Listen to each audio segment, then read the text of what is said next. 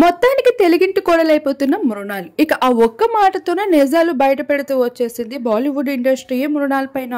ఇక సీతారామం సినిమాతో block buster hit ని అందుకొని తెలుగులో వరుస హిట్స్ తో సూపర్ డూపర్ హిట్ హీరోయిన్ గా మారిపోయింది. ఇక మృణాల్ పెళ్లి పైన అందరూ కళ్ళు పడుతూ వచ్చేసాయి. మృణాల్ సైతం నాకు తెలుగింటి అమ్మడి కావాలని ఉంది అంటూ తను చెప్పిన ఒక్క మాట కాంట్రవర్సీ క్యూన్ గా మారిపోయింది బాలీవుడ్ లో.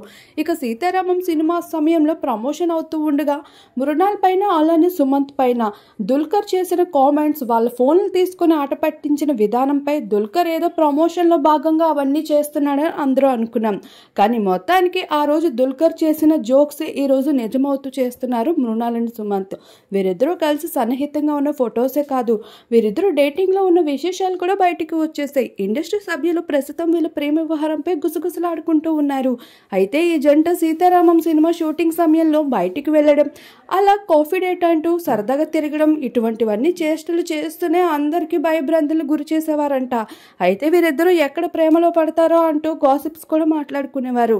కానీ మొత్తానికి ఈ జంట క్లోజ్ గా ఉన్న ఫొటోస్ ఒక్కొక్కటిగా బయటపడుతూ ఉన్నాయి. ఇక ఏముంది, మొత్తానికి మృణాల్ తెలుగింటి కోడలు అయిపోతుంది మరికొన్ని రోజుల్లో అంటూ వార్తలు నిలుస్తున్నాయి.